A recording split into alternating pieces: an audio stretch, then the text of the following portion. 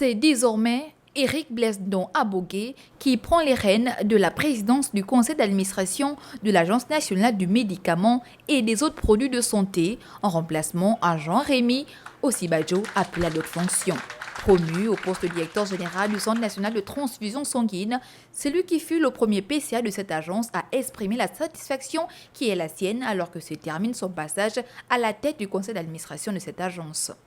Au terme de mes fonctions dans cette agence, j'ai constaté avec une grande satisfaction le professionnalisme, l'esprit d'équipe et le dévouement dont vous faites preuve au quotidien.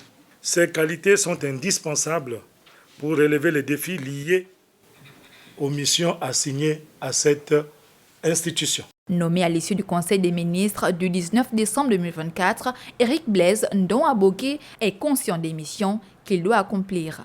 Garantir une réglementation de la production, de l'importation, de la distribution, de l'utilisation, de la destruction des médicaments et autres produits de santé pour s'assurer de leur qualité, de leur sécurité et de leur efficacité. La certification de l'agence aux normes ISO 9001 version 2025. Monsieur Eric Blaise Ndong-Abogué, vous venez aujourd'hui d'être installé comme PCA.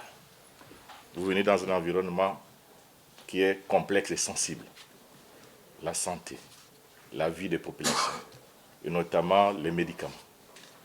Il vous appartient de relever ces défis.